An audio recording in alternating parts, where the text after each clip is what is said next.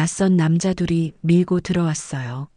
술 냄새를 풍기며 저를 똑바로 바라보던 그 눈빛, 그리고 그 뒤로 따라 들어온 남편의 얼굴을 보는 순간 제 다리가 그대로 굳어버렸습니다. 그래, 이제 다 알겠지? 내가 어떤 여잔지 세상에 보여줘야겠다. 무슨 말이에요, 남준 씨? 도대체 이게 뭐예요? 그는 비웃듯이 제 휴대폰을 흔들며 말했어요. 거기엔 제가 몰래 찍힌 사진이 있었습니다. 주방 안에서 도윤 씨와 함께 웃고 있는 모습이었지요. 그 따뜻했던 웃음이 이제는 증거처럼 변해버렸으니까요. 좋아 보이더라. 나 몰래 이런 짓을 할 줄이야. 내가 누군지 까먹었어? 그만해요. 당신이 뭘 알아요? 당신은 나한테 단 한 번이라도 사람처럼 대해준 적 있어요? 제 목소리가 떨렸습니다. 하지만 두려움보다 분노가 더 컸습니다. 이건 단순한 부부 싸움이 아니라 제 인생을 짓밟는 모욕이었으니까요. 그때였습니다. 문이 벌컥 열리더니 도윤 씨가 들어왔어요. 그의 얼굴엔 분노가 서려 있었지요. 당신이 남편입니까? 지금 뭐 하는 짓이에요? 너 같은 놈이 뭔데? 내 아내한테 손을 대. 순간 남편이 제 쪽으로 다가오며 팔을 들었어요. 본능적으로 눈을 감았는데 대신 쾅 하는 소리와 함께 다른 손이 그 팔을 막아섰습니다. 다시는 이런 짓 하지 마세요. 이건 폭력이에요. 그의 목소리는 낮고 단단했습니다. 순간 세상이 조용해졌어요. 내가 지금 뭘 보고 있는 걸까? 30년을 함께 산 남편보다 겨우 몇 달 된 이 젊은 남자가 더 진심으로 나를 지켜주고 있었어요. 도윤 씨 제발 그만해요. 다쳐요. 그가 제 쪽을 돌아봤습니다. 그 눈빛 속엔 단 하나의 말이 담겨 있었어요. 이제 내가 지켜줄게요. 그날 밤 저는 깨달았습니다. 사람의 나이는 숫자에 불과하고 진짜 어른의 사랑은 책임과 용기에서 시작된다는 거요. 이야기 시작하기 전 무료로 할 수 있는 구독과 따봉 버튼인 좋아요 부탁드립니다. 알림 설정도 해두시면 새 영상이 올라올 때마다 제일 먼저 시청하실 수 있습니다. 혹시 이야기 어디에서 듣고 계신가요? 지역 이름이나 장소를 댓글로 남겨주시면 감사한 마음으로 한 분 한 분 반갑게 인사드리겠습니다. 감사합니다. 이야기 시작합니다. 제 이름은 윤정화입니다. 경기도 안양 1번가에서 정화국밥을 운영한 지 벌써 10년째이지요. 새벽 5시면 시장으로 향합니다. 대야에 가득 담긴 선지와 고기를 받아들고 장바구니엔 파와 마늘, 두부가 늘 함께 있지요. 손수 끓인 육수가 하루 장사의 운명을 좌우하니까요. 그렇게 준비를 마치고 가게 문을 열면 언제나 국물 끓는 소리와 손님들의 숟가락 부딪히는 소리가 하루의 시작을 알려줍니다. 하지만 장사라는 게 그렇잖아요. 잘 돼도 피곤하고 안 돼도 불안하지요. 나이 55이 넘어가니 몸이 전보다 훨씬 느려졌어요. 그래도 주방에 서면 이상하게 마음이 편해집니다. 손님들이 사장님, 오늘도 맛있어요. 한마디 해줄 때마다 그 피로가 녹아내리거든요. 네, 감사합니다. 오늘은 고기도 더 부드럽게 삶았어요. 그렇게 웃으며 대답하지만 사실 속으론 늘 쓸쓸했어요. 집에 가면 남편 남주는 소파에 앉아 리모컨만 돌리고 있지요. 다녀왔어요. 저기 이번 달 카드값 좀 줘. 대화라곤 그게 전부였어요. 한때는 장사 미천이라며 함께 고생하던 사람이었는데 이제는 집안일에도 제 마음에도 관심이 없어요. 침대에서도 등을 돌린 채 코를 골아대니 더는 남편 같지가 않지요. 저도 모르게 제 인생이 허무하게 느껴졌습니다. 그 무렵 손님이 부쩍 늘면서 혼자선 감당이 안 됐어요. 허리도 아프고 설거지할 때마다 손끝이 얼얼하더라고요. 그래서 결국 결심했죠. 알바를 한 명 두자고요. 남자 알바 구합니다. 주방 보조 하루 12시간 근무 시급 15,000원. 벽에 종이를 붙이고 나서 문득 웃음이 나왔어요. 내 나이에 이런 구인문을 붙이다니. 그런데 며칠 뒤 낮 2시쯤 전화 한 통이 걸려왔습니다. 안녕하세요. 사장님 알바 구인 공고 보고 전화드렸습니다. 혹시 면접 가능할까요? 네, 오후 5시쯤 괜찮아요. 가게로 오세요. 그날 오후 문을 열고 들어온 사람을 보고 깜짝 놀랐습니다. 180은 훌쩍 넘어 보이는 키, 운동으로 다져진 팔뚝, 그리고 단정한 눈매. 이름은 30살이라 했지요. 이력서 보니까 전자부품 회사 다니다가 구조조정됐다고 적혀 있네요. 식당 일은 처음이죠? 네, 하지만 배우는 건 빠릅니다. 일단 부딪혀보는 스타일이에요. 그 말투가 참 진심처럼 들렸어요. 그래서 바로 다음날 출근하라 했습니다. 처음엔 그저 젊은 일손이 생긴 게 다행이라 생각했어요. 그런데 그날부터 제 인생이 이렇게 흔들릴 줄은 상상도 못했지요. 첫날부터 도윤 씨는 성실했습니다. 접시를 나르면서도 손님에게 인사를 잊지 않았고 손님이 국물 좀 더요 하면 잽싸게 반응했지요. 무엇보다 목소리가 크고 또렷했어요. 주방 안에서도 잘 들릴 정도로요. 사장님, 5번 테이블 순대국 하나요? 응, 바로 나가요. 젊은 사람답지 않게 책임감이 강했습니다. 손님들이 오히려 그를 칭찬했지요. 사장님, 그 청년 참 싹싹하네요. 그 말을 듣는 순간 저도 모르게 어깨가 으쓱했습니다. 점심시간이 지나고 나면 둘이서 밥을 같이 먹었습니다. 도윤 씨는 운동 얘기를 자주 했어요. 헬스장 다닌 지 10년 됐어요. 몸이 무너지면 마음도 무너진다고 생각해서요. 대단하네요. 꾸준한 게 쉽지 않죠. 그때부터였어요. 그 사람을 남자라고 의식하기 시작한 게 설거지를 하며 훔쳐보는 팔 근육, 웃을 때 살짝 패이는 보조개. 나도 모르게 눈길이 갔어요. 하지만 스스로를 다그쳤죠. 정화야, 정신 차려. 너는 유부녀야. 이건 일하는 사이야. 그러던 어느 날이었어요. 주방 높은 선반에 있던 그릇을 꺼내려다 손이 닿질 않아서 도윤 씨를 불렀지요. 도윤 씨, 저기 메뉴 접시 좀 꺼내줘요. 좁은 주방이라 그가 제 뒤로 바짝 다가왔어요. 그 순간 따뜻한 온기가 등 뒤로 스쳤습니다. 가슴이 덜컥 내려앉았지요. 서로 아무 말 없이 잠시 멈춰 있었어요. 죄송합니다. 너무 좁아서요. 괜찮아요. 제가 미안하네요. 그날 이후로 묘하게 어색해졌습니다. 괜히 시선이 마주치면 서로 웃고 또 금세 고개를 돌렸죠. 하지만 이상하게도 그 시간이 싫지 않았어요. 집에 돌아가면 남준 씨는 여전히 무뚝뚝했습니다. 가게는 잘 돼? 그 말 한마디 외엔 아무 관심도 없었죠. 그때 문득 도윤 씨의 다정한 목소리가 떠올랐습니다. 사장님, 괜찮으세요? 오늘은 얼굴이 좀 피곤해 보여요. 그 말이 왜 그렇게 가슴에 남았는지 모르겠어요. 그날 밤 침대에 누워 천장을 보며 생각했습니다. 나 언제부터 이렇게 외로웠을까? 국물이 끓는 소리로 하루를 버티며 살았던 나날들, 그 안에서 나는 한 번이라도 여자였던 적이 있었을까? 창밖으로 새벽 시장이 열리는 소리가 들렸습니다. 그리고 문득 생각했지요. 내일은 도윤 씨가 오겠구나. 이상하게 가슴이 두근거렸습니다. 그 설렘이 잘못된 감정임을 알면서도 멈출 수 없었어요.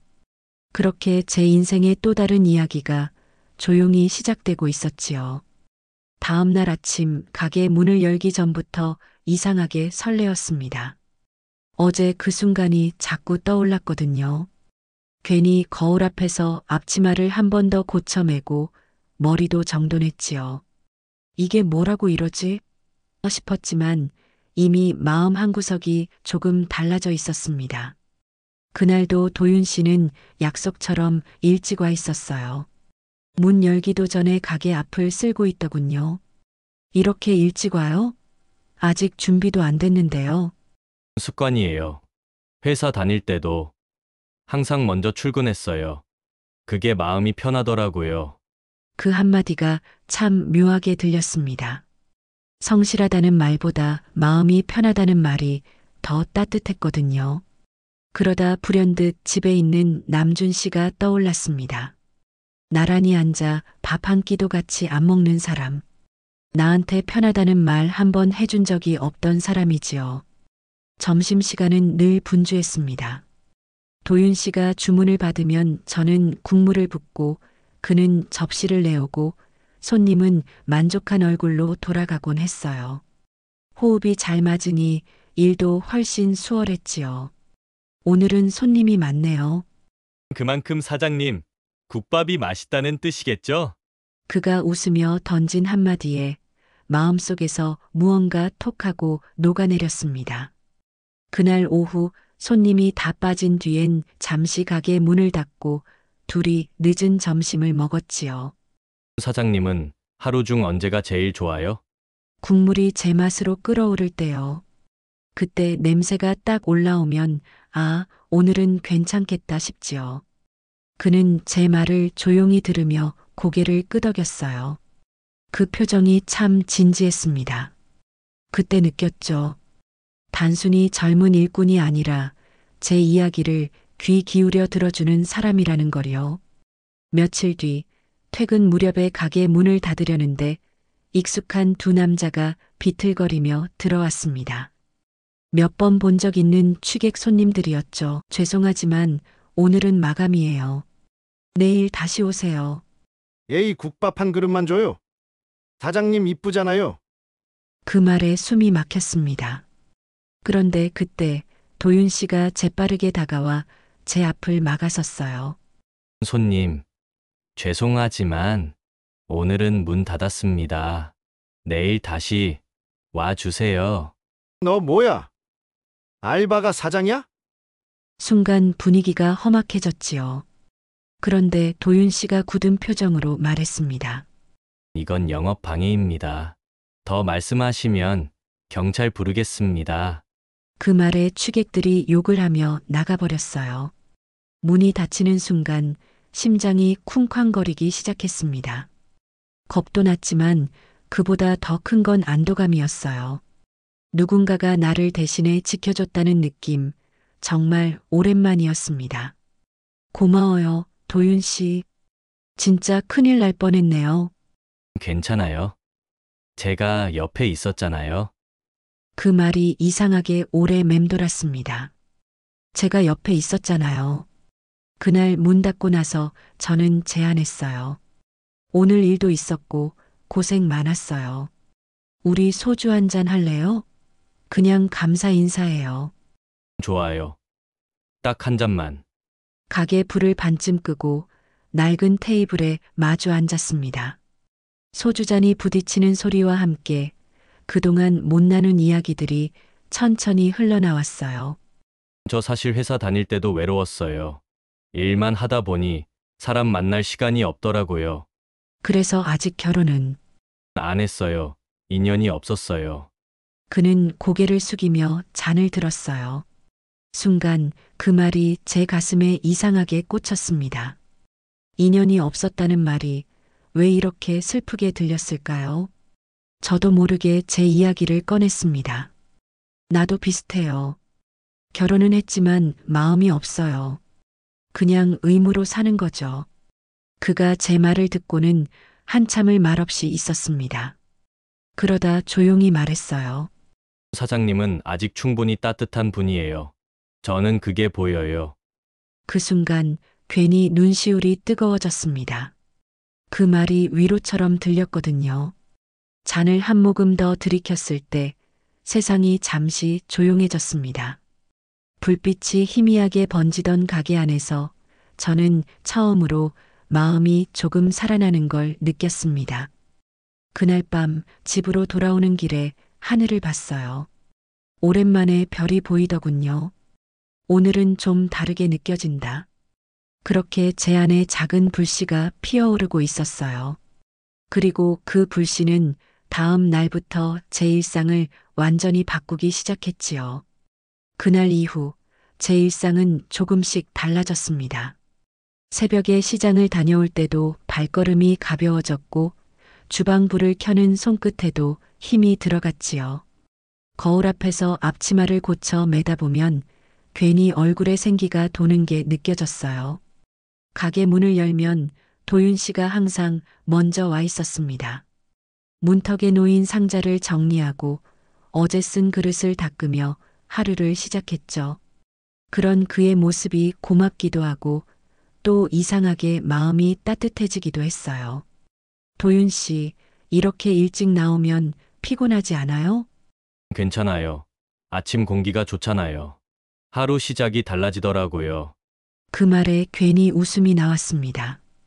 예전에는 새벽 공기가 그저 춥고 피곤했는데 요즘은 그 냄새가 참 맑게 느껴졌어요.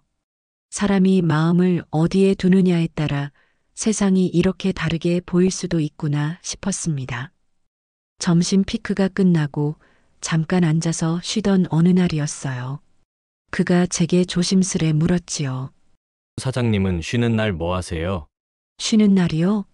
글쎄요, 대부분 집안일 하지요. 청소하고 반찬 만들고 그러다 하루 다 가요. 말을 하면서 스스로도 허무했습니다. 내 삶이 이렇게 단조로웠나 싶었죠.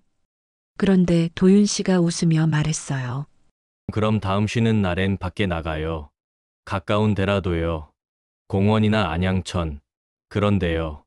내가 그걸 왜? 말은 그렇게 했지만 속으론 괜히 두근거렸어요.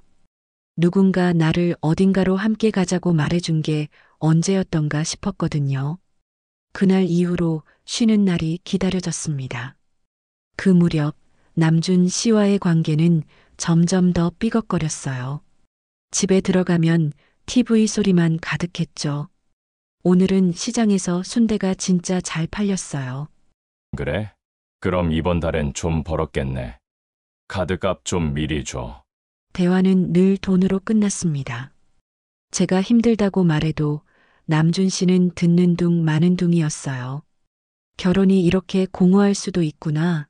그런 생각이 들었습니다. 며칠 후 정말 오랜만에 쉬는 날이 왔습니다.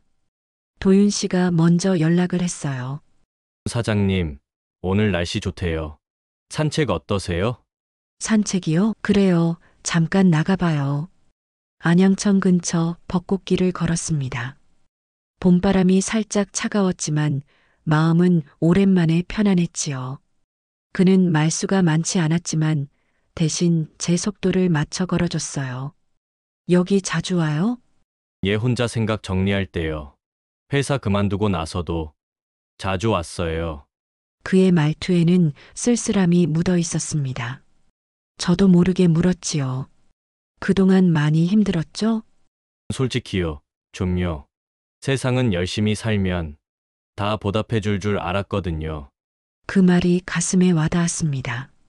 저 역시 그랬으니까요. 남편과 살며 가족을 위해 버티면 언젠가 고마워할 줄 알았는데 돌아온 건 무관심뿐이었죠. 나도 그랬어요. 그냥 살아내면 되는 줄 알았어요. 잠시 서로 말이 없었습니다. 그런데 이상하게 침묵이 어색하지 않았어요. 바람이 우리 사이를 지나가며 마치 오래된 친구처럼 묘한 편안함을 남겼습니다. 그날 저녁 헤어지기 전 도윤 씨가 말했어요. 사장님, 오늘 즐거웠어요. 다음에도 같이 걸어요. 그래요, 다음에요. 그의 목소리가 마음 한가운데에 박혔습니다. 집으로 돌아오는 길에 휴대폰 불빛이 자꾸 켜졌다 꺼졌다 했어요. 그가 보낸 문자 하나. 오늘 사장님 웃는 모습 보기 좋았어요. 그 짧은 문장에 오래 닫혀있던 제 마음이 조용히 흔들렸습니다. 그날 밤 베개 위로 떨어진 눈물의 이유를 저도 몰랐어요. 슬퍼서인지 고마워서인지 아니면 잊고 있던 감정이 되살아나서인지. 그리고 그때 깨달았어요. 이 감정이 이미 시작되어 있다는 걸요. 하지만 저는 아직 그게 어디로 향하는지 몰랐습니다. 그저 오랜만에 살아있다는 느낌이 들었을 뿐이지요. 그날 이후로 저는 예전과는 다른 하루를 살게 되었지요. 도윤 씨가 가게 문을 열고 들어올 때마다 괜히 얼굴이 달아오르고 서로 눈이 마주치면 짧은 미소 하나에도 마음이 흔들렸습니다. 그 감정이 단순한 고마움인지 설렘인지 구분할 수 없었어요. 다만 제 안의 오래된 공기가 조금씩 따뜻해지는 게 느껴졌습니다. 그날도 점심 피크가 끝나고 나서였어요.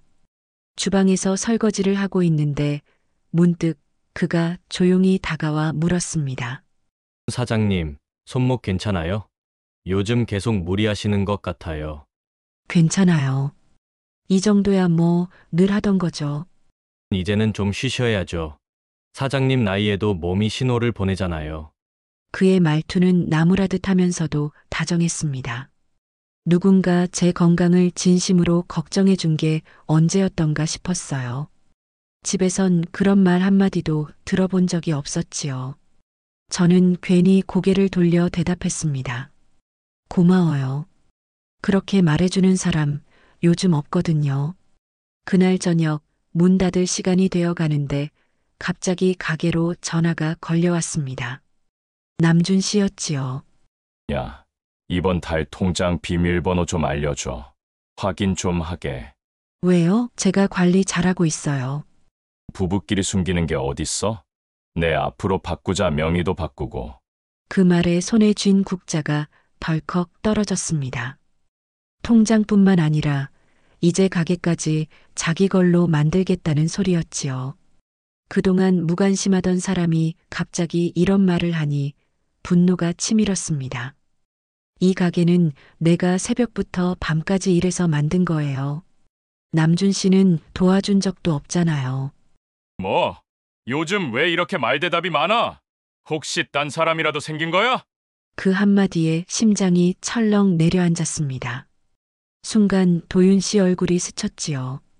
아니라고 부정했지만 이미 제 얼굴이 그에게 모든 걸 들켜버린 듯 했습니다. 무슨 소리예요? 그냥 힘들어서 그래요. 하여튼 요즘 행동이 수상해. 나중에 후회하지 말고 통장 내놔. 그날 밤은 도저히 잠이 오질 않았습니다. 한숨을 쉬며 천장을 바라보니 결혼 28년 동안의 기억이 파노라마처럼 스쳐갔지요. 젊은 시절 함께 웃던 순간도 있었지만 이제는 아무 감정도 남지 않았습니다. 그저 긴 의무의 세월뿐이었어요. 다음 날 아침 가게로 나갔을 때 도윤 씨가 제 얼굴을 보고 바로 눈치를 챘습니다. 사장님, 오늘 무슨 일 있으세요? 표정이 안 좋아요. 남편이 또 통장 얘기 꺼냈어요. 이젠 가게 명의까지 바꾸자고 하네요. 그는 잠시 말없이 제 손을 바라보다가 단호한 목소리로 말했습니다. 그건 아니에요. 이 가게는 사장님 거잖아요. 사장님이 없었으면 존재하지도 않았을 가게인데요. 그렇게 말해줘서 고마워요. 요즘은 그런 말 한마디가 그렇게 위로가 되네요. 그날 점심 손님이 다 나간 뒤 잠시 둘이 마주 앉아 늦은 식사를 했습니다. 도윤 씨가 조심스레 말을 꺼냈습니다. 사장님, 혹시 행복하세요? 행복이요? 글쎄요, 요즘은 그냥 버티는 게 하루예요. 저는요. 사장님이 웃을 때 제일 좋아 보여요. 그래서 자꾸 그런 웃음을 보고 싶어요. 그의 눈빛은 장난스럽지도 가벼운 감정도 아니었습니다. 진심이 느껴졌습니다. 그 말을 듣는 순간 가슴이 두근거렸어요. 이게 잘못된 감정이라는 걸 알면서도 그 따뜻함에 마음이 녹아내렸습니다. 그날 밤 집에 들어가니 남준 씨는 또 술에 취해 있었습니다. 빈 병들이 거실 바닥에 나뒹굴고 소파에 몸을 던진 채 큰 소리로 말했지요. 너 요즘 왜 이렇게 달라졌어? 옷도 신경 쓰고 화장도 하고 누구 때문이야? 그냥 사람답게 살고 싶은 거예요. 언제까지 이렇게 살아요? 그는 제 말을 듣고 화를 냈습니다.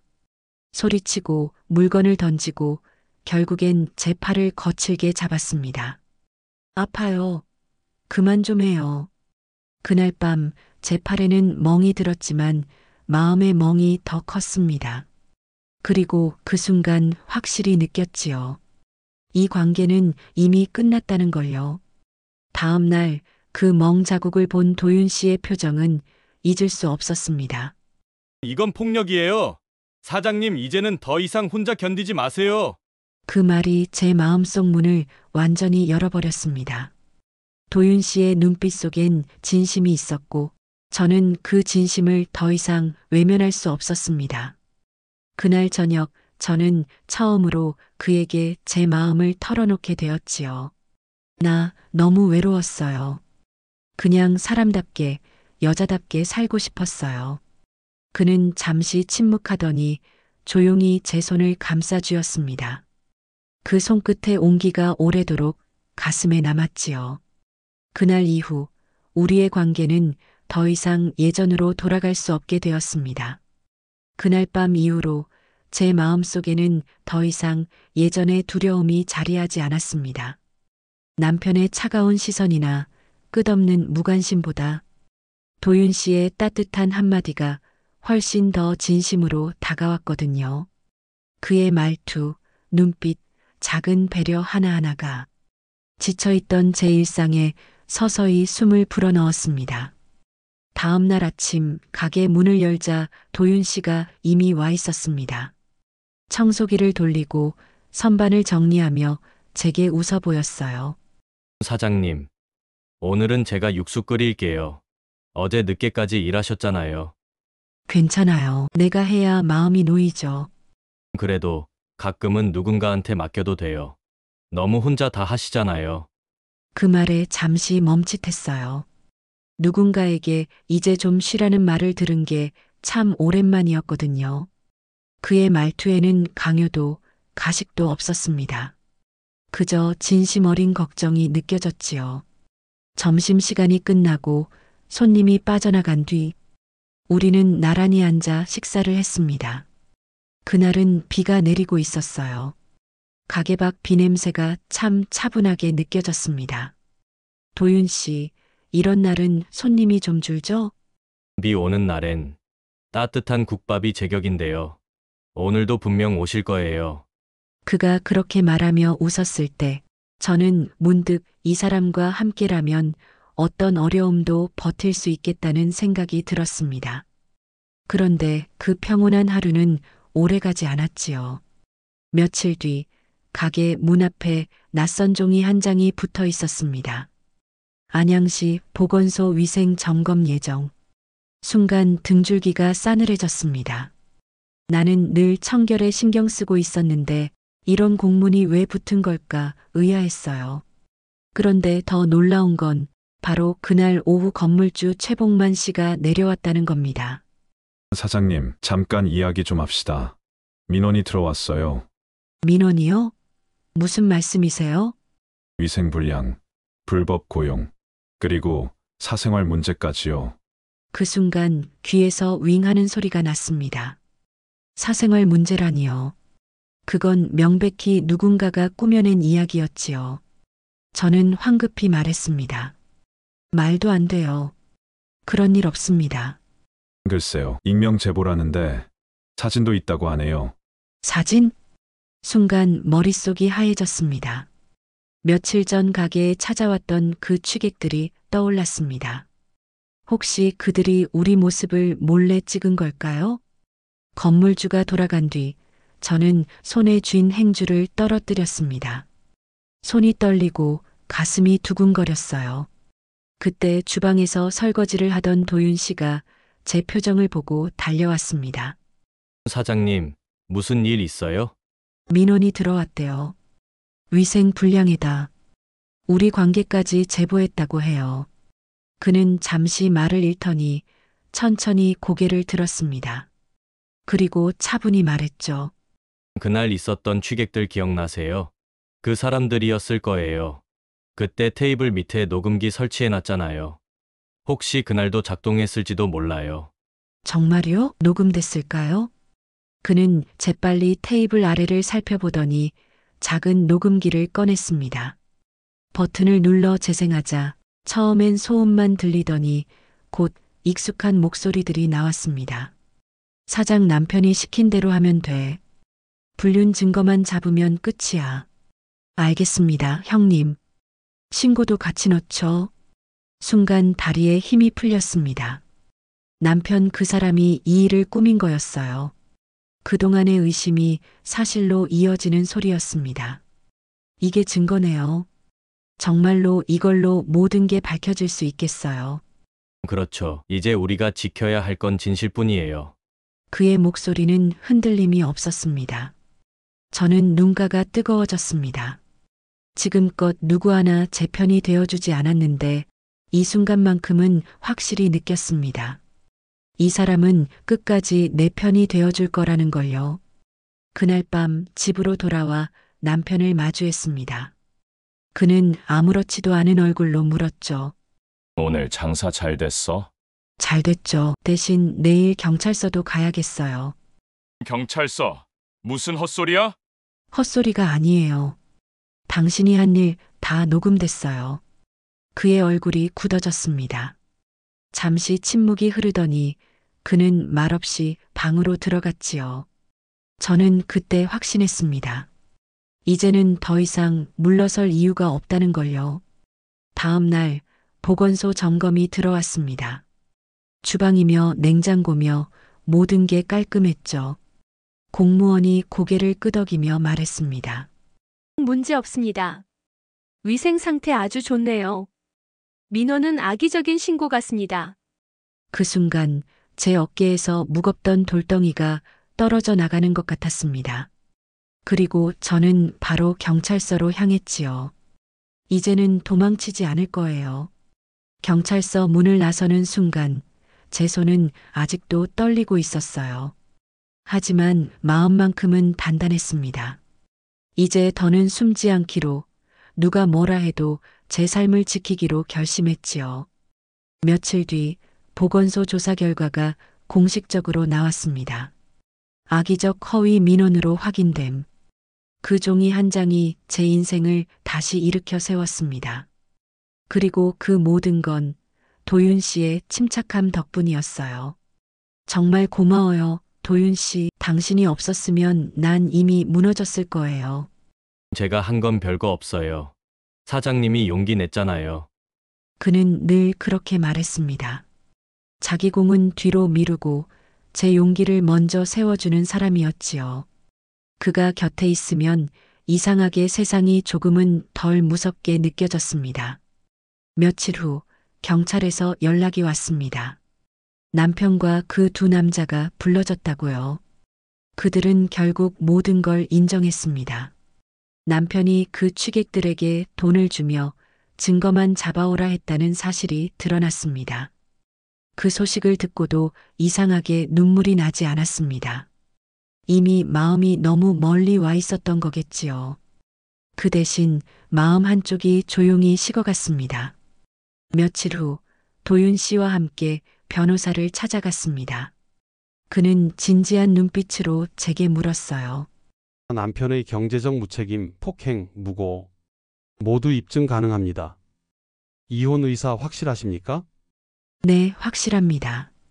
더 이상 후회하지 않을 거예요. 그 말을 하고 나니 마치 오래된 사슬이 끊어지는 소리가 들리는 듯 했어요. 숨이 편하게 쉬어졌습니다. 며칠 뒤 남편에게 전화를 걸었습니다. 제 목소리는 차분했어요. 남준 씨, 우리 이혼합시다. 이혼? 내가 그런다고 될 것 같아? 이미 소장 접수했어요. 당신이 무슨 짓을 했는지 다 밝혀졌어요. 잠시 정적이 흘렀습니다. 그리고 남편은 한참 뒤에야 낮은 목소리로 말했어요. 내가 나한테 이렇게까지 할 줄은 몰랐어. 당신이 나한테 한 짓은요? 나는 28년 동안 참고 살았어요. 이젠 내 몫의 인생을 살 거예요. 전화를 끊고 나니 손이 떨렸지만 마음은 오히려 편안했습니다. 뒤돌아보지 않기로 했어요. 그리고 그날 밤 가게에 불을 끄려는데 도윤 씨가 조심스레 물었습니다. 이제 정말 끝이네요. 그래요. 이제 시작이에요. 그는 미소를 지으며 고개를 끄덕였어요. 그 미소를 보는데 눈물이 핑 돌았습니다. 그건 슬픔이 아니라 안도였습니다. 누군가 내 손을 잡아줄 사람이 옆에 있다는 사실, 그게 얼마나 큰 위로인지 새삼 깨달았어요. 이혼 소송은 예상보다 빨리 마무리됐습니다. 법정에서 재판장이 말했습니다. 피고는 폭력과 무고, 혐의로 원고에게 손해를 끼쳤습니다. 이혼을 인정하고 위자료 2천만 원을 지급하시오. 망치 소리가 울릴 때 제 심장은 조용히 뛰었습니다. 슬프기보다 후련했어요. 그렇게 28년의 결혼 생활이 끝났습니다. 법정을 나오는 길에 남편이 제게 말했지요. 넌 나이도 많고 이제 누가 너랑 살겠냐? 그건 내 걱정이에요. 적어도 나는 이제 나를 존중해주는 사람과 살 거예요. 그 말에 남편은 아무 대답도 하지 못했습니다. 그저 고개를 숙이고 걸어갔지요. 저는 하늘을 올려다봤습니다. 그날따라 구름이 참 높고 맑았어요. 며칠 뒤 가게 간판을 바꾸었습니다. 정화국밥 대신 정화앤드도윤 국밥이라는 새 글씨가 걸렸어요. 손님들이 물었죠. 사장님, 이름이 바뀌었네요? 네, 함께하는 사람이 생겼어요. 그 말에 단골 손님들이 환하게 웃었습니다. 이제 진짜 행복해지시겠네요. 그 말을 들으며 가슴 한쪽이 따뜻해졌습니다. 가게 문 너머로 오후 햇살이 들어왔습니다. 국물이 끓는 소리와 웃음이 섞여 그 어느 때보다 평화로운 하루였지요. 이제야 알겠어요. 행복은 멀리 있는 게 아니었어요. 나를 존중해주는 단 한 사람, 그 사람과 함께 밥을 짓고 웃을 수 있다면 그게 바로 새로운 시작이지요. 이혼이 확정된 뒤로 제 일상은 조용하게 변해갔습니다. 아침마다 문을 열면 주방에 맴도는 고기 국물 냄새가 참 포근하게 느껴졌어요. 이전에는 그 냄새가 단순히 생계의 냄새였다면 이제는 새로운 삶의 시작을 알리는 향기가 되었지요. 도윤 씨는 여전히 성실했습니다. 그는 장사를 배우며 손님에게 인사하는 법부터 계산 정리까지 꼼꼼히 챙겼어요. 예전엔 제가 혼자서 해야 했던 일들을 이제는 함께 나누게 되었지요. 가게 안엔 늘 사람 냄새가 나고 웃음이 오갔습니다. 이제 손님이 많아져서 좋네요.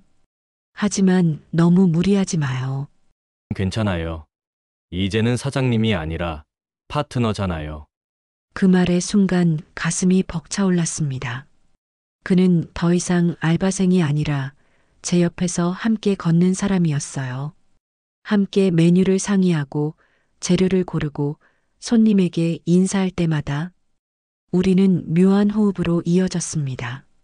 며칠 뒤 단골 손님 한 분이 물었어요. 사장님, 요즘 얼굴이 참 밝아요. 무슨 좋은 일 있으세요? 그 말을 듣고 저도 모르게 웃었습니다. 그냥요, 요즘은 일이 재미있어서요. 사실은 일이 아니라 사람이었지만 굳이 말하지 않아도 알겠더군요. 사람은 행복할 때 얼굴이 달라지는 법이지요. 가끔 저녁 장사를 마치면 도윤 씨와 마주 앉아 하루를 정리했습니다. 그는 장부를 넘기며 말했어요. 이대로면 다음 달엔 매출이 더 오르겠어요. SNS 반응도 좋아요. SNS라니 난 그런 거 하나도 몰라요. 괜찮아요. 제가 관리할게요. 사진도 찍고 오늘의 국밥 시리즈로 올리면 손님들이 좋아할 거예요. 그는 늘 새로운 아이디어로 가게를 바꾸어 갔습니다. 그 덕분에 손님들은 젊은 층까지 늘어났고 정화앤드도윤 국밥은 안양 1번가에서 입소문이 나기 시작했지요. 가끔 퇴근 후엔 같이 시장을 봤습니다. 저는 장바구니를 들고 그는 무거운 박스를 번쩍 들었죠. 시장 아주머니들이 우리를 보며 웃었습니다. 사장님, 남편분이세요? 참 다정하시네. 아니에요. 그냥 같이 일하는 친구예요. 입으로는 그렇게 말했지만 마음속 어딘가가 따뜻해졌습니다. 함께 걷는다는 게 이렇게 기분 좋은 일이었군요. 그날 저녁 비가 내렸습니다. 손님이 다 빠져나가고 가게 문을 닫은 뒤 우린 가만히 국밥 한 그릇을 나눠 먹었어요. 김이 피어오르는 그릇 너머로 도윤 씨가 조용히 말했어요. 사장님, 이젠 사장님이라고 안 불러도 돼요? 그럼 뭐라고 불러요? 정화 씨라고 부르면 안 될까요? 정화 씨라 어색하네요. 시간 지나면 익숙해질 거예요. 그는 그렇게 말하며 부드럽게 웃었어요. 그 웃음이 제 마음을 또다시 흔들었습니다. 30살의 청년과 55의 여자가 마주 앉아 웃고 있다는 사실이 처음엔 어색했지만 점점 자연스러워지고 있었지요. 그날 이후 우리는 조금 더 가까워졌습니다. 이름을 부를 때마다 대화가 더 길어지고 눈을 마주칠 때마다 미소가 늘어갔지요. 그러던 어느 날 도윤 씨가 조심스레 말했습니다. 정화 씨, 전 요즘 정말 행복해요. 아침에 가게 불 켜는 순간부터 하루가 설레요. 그렇게 말해줘서 고마워요. 나도 그래요. 오랜만에 살아있는 기분이에요. 그 순간 서로의 마음이 닿았다는 걸 느꼈습니다. 더 이상 숨길 이유도 미룰 이유도 없었어요. 우리의 관계는 사회적 이름이 필요 없었습니다. 그저 서로를 존중하고 아끼는 사람으로 존재하면 충분했어요. 그날 밤 가게에 불을 끄며 저는 말했습니다. 도윤 씨, 이제 진짜 우리 가게네요. 당신이 없었으면 여기까지 못 왔을 거예요. 아니에요. 정화 씨 덕분이에요. 전 그냥 옆에 있었을 뿐이에요. 그 말에 마음이 울렸습니다. 이제는 혼자가 아니라는 사실, 내 곁에 누군가 있다는 게 얼마나 큰 힘이 되는지 새삼 깨달았어요. 밖에는 아직 빗방울이 남아 있었지만 우리의 하루는 잔잔한 따뜻함으로 마무리되었습니다. 그리고 저는 그날 일기장에 이렇게 썼습니다. 오늘 나는 다시 누군가와 함께 웃었다. 이제 저는 하루하루가 감사하게 느껴졌습니다. 가게 문을 열면 국물 끓는 소리, 손님들 웃음소리, 그리고 무엇보다 옆에서 묵묵히 함께하는 도윤 씨의 존재가 제 일상이 되었지요. 가끔 손님들이 우리를 보며 농담하듯 말했습니다. 사장님, 두 분은 부부 같아요. 그럴 때마다 우리는 얼굴을 마주보며 웃었습니다. 굳이 부정하지 않아도 되는 사이, 그게 참 편했어요. 가게 이름 정화앤드 도윤 국밥은 이제 안양 1번가에서 제법 유명해졌습니다. 손님들은 맛있다고 입소문을 내고 젊은 커플들도 찾아와 따뜻한 국물 한 숟가락에 이게 진짜 밥이죠라며 웃곤 했지요. 도윤 씨, 이렇게 가게가 잘 될 줄 알았어요? 솔직히요? 내 정화 씨 음식이라 하면 분명 성공할 거라 생각했어요. 그의 확신 어린 말에 마음이 따뜻해졌습니다. 그는 항상 그렇게 말했어요. 제 요리를 칭찬할 때도, 제 하루를 걱정할 때도 그의 말은 늘 믿음이 담겨 있었지요. 그러던 어느 날 도윤 씨가 제게 조심스럽게 물었습니다. 정화 씨, 앞으로 우리 어떻게 될까요? 어떻게라니요? 그냥요, 저는 정화 씨 옆에 평생 있고 싶어요. 그의 말이 너무 진지해서 순간 숨이 멎는 줄 알았습니다. 30살의 젊은 남자와 55살의 여자. 나이 차이를 생각하면 세상은 아마 쉽게 이해하지 못하겠지요. 도윤 씨, 우리 나이 차가 30이에요. 주변에서 뭐라고 할지도 모르고.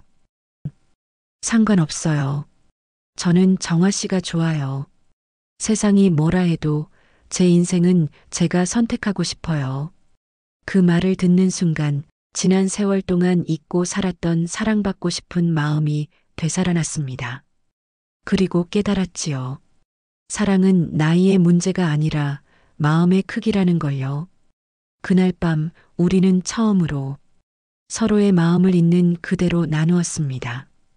불 꺼진 가게에서 조용히 손을 맞잡고 서로의 체온으로 진한 외로움을 덮었습니다. 그 후 우리는 조금씩 함께 사는 준비를 했습니다. 가게 2층에 있는 빈 방을 손보며 작은 원룸처럼 꾸몄어요. 낡은 장판을 새로 깔고 커튼을 달고 벽에 액자를 걸었지요. 이 방 예쁘게 꾸며졌네요. 이제 우리만의 공간이에요. 이제 퇴근하고도 정화 씨 얼굴을 볼 수 있겠네요. 그의 말이 장난처럼 들렸지만 그 속엔 진심이 있었습니다. 작은 방 안 전기포트 소리와 라디오 음악이 섞여 이 세상 어디보다 따뜻한 공간이 되었어요. 가끔은 불안했습니다. 이게 맞는 선택일까? 하지만 그럴 때마다 도윤 씨는 말했어요. 정화 씨, 우리 그냥 오늘을 살아요. 내일은 내일에 우리가 책임지면 되죠. 그 말이 위로가 되었습니다. 젊은 사람의 단순한 낙관처럼 들릴 수도 있었지만 그 속엔 제가 잊고 살았던 현재의 용기가 있었거든요. 그렇게 계절은 바뀌고 가을이 왔습니다. 가게 앞 화단에는 코스모스가 만개했고 우리는 일요일마다 안양천을 산책했습니다. 도윤 씨, 나 예전엔 이런 여유가 있다는 걸 몰랐어요. 이제 아시잖아요. 인생은 일만으로 채워지는 게 아니에요. 그의 말이 참 고마웠습니다. 저는 그날 그의 어깨에 머리를 기대며 조용히 속삭였어요. 당신을 만나서 참 다행이에요. 하늘은 높고 바람은 선선했습니다. 강가에 비친 햇살이 반짝였고 사람들은 각자의 속도로 걸어갔습니다. 그 평범한 풍경 속에서 저는 인생의 후반부에 다시 사랑을 배우고 있었지요. 이제 저는 매일 생각합니다. 사람은 나이를 먹는다고 늙는 게 아니라 사랑을 잃을 때 비로소 늙는다는 걸요. 저희는 여전히 정화앤드도윤 국밥을 운영하고 있습니다. 손님들이 오면 둘이 나란히 서서 인사하지요. 어서 오세요. 따뜻한 국밥 한 그릇 드시고 가세요. 그리고 가끔 도윤 씨가 제게 말합니다. 정화 씨, 오늘도 행복해요? 응, 당신 덕분에요. 사랑해요. 이제 저는 말할 수 있습니다. 55에 다시 사랑을 시작한 건 제 인생의 가장 큰 행운이었다고요. 사랑은 늦지 않았고 행복은 언제나 우리 곁에 있었던 거지요. 이 이야기를 듣고 계신 분들도 혹시 지금 외롭고 힘든 시간을 보내고 계시다면 기억하세요. 사랑은 아직 끝나지 않았습니다. 오늘 이야기가 마음에 남으셨나요? 누구나 인생의 어느 순간엔 다시 사랑하고 싶은 마음이 찾아온다고 생각합니다. 여러분은 어떻게 생각하시나요? 댓글로 여러분의 생각과 마음을 나눠주세요. 여러분의 한 줄 이야기가 또 다른 누군가에게 큰 위로가 될지도 모릅니다. 영상이 마음에 드셨다면 구독과 좋아요, 그리고 알림 설정으로 앞으로의 이야기도 함께 해주세요.